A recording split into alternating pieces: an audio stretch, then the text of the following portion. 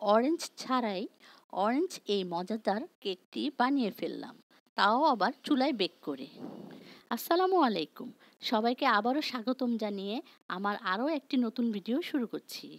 আজকে আমি তৈরি করে দেখাবো অরেঞ্জ কেক। তো অরেঞ্জ ছাড়াই, অরেঞ্জের দিন এখন নয়, তাই আমি অরেঞ্জ ছাড়াই একটি অরেঞ্জ কেক তৈরি করে দেখাচ্ছি। তো সেটা কিভাবে তৈরি করছি, তো চলুন দেখে নেওয়া যাক।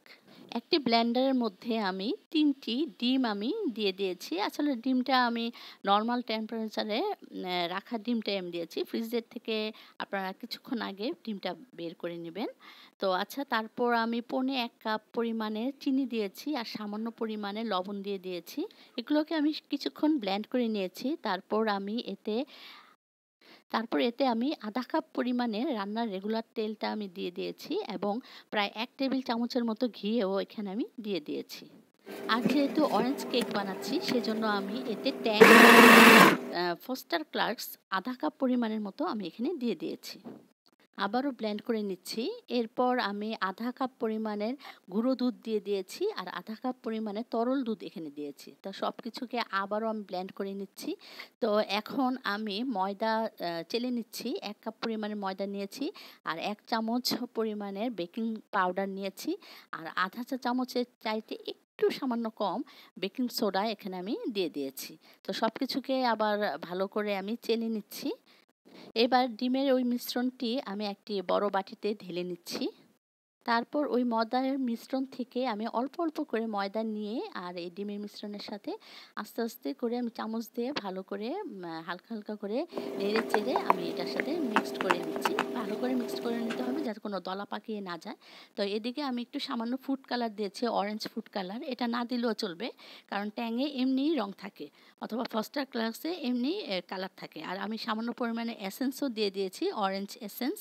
তো এখন আমি এটার ভিতরে আমি কিছু ড্রাই ফ্রুটস দিয়ে দিয়েছি, যাতে ভিতরে আমি দিয়ে দিয়েছি, পরে আবার সাজানোর সময় দিব। এবার একটি টিফিন ক্যারিয়ারের বাটি অথবা কেকের মোল্ড নিয়ে এতে আমি তেল ব্রাশ করে নেব।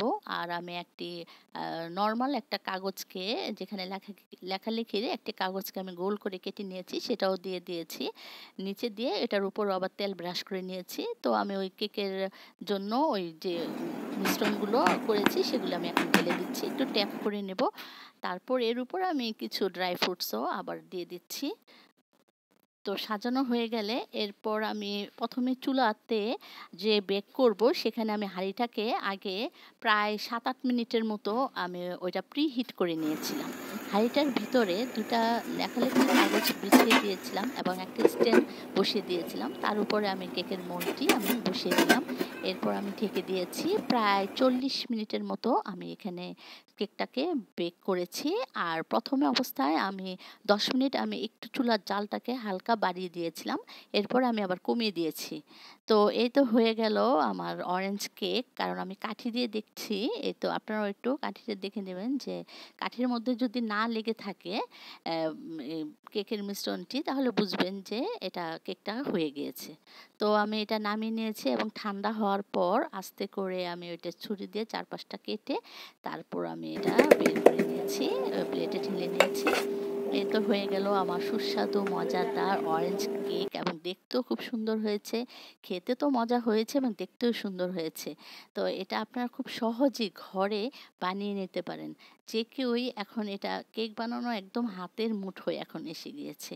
কেক আর বাইরে থেকে অস্বাস্থ্যকর কেক না কিনে ঘরে কেক বানিয়ে নেবেন। আর এরকম নরম স্পঞ্জি কেক বানাতে হলে আমার এই ভিডিওটি সবার মাঝে শেয়ার করে দিবেন আর লাইক কমেন্ট তো একটা পেতেই পারি, তাই না ভিউয়ার্স? তা আমার চ্যানেলটিকে সাবস্ক্রাইব করে দিবেন আর আমার পেজটিকে ফলো করতে ভুলবেন না। তো আজকে এই পর্যন্তই। আল্লাহ হাফেজ, সবাই ভালো থাকবেন। আর আশা করছি আপনাদের এই ভিডিওটি অবশ্যই অবশ্যই আপনাদের ভালো লাগবে।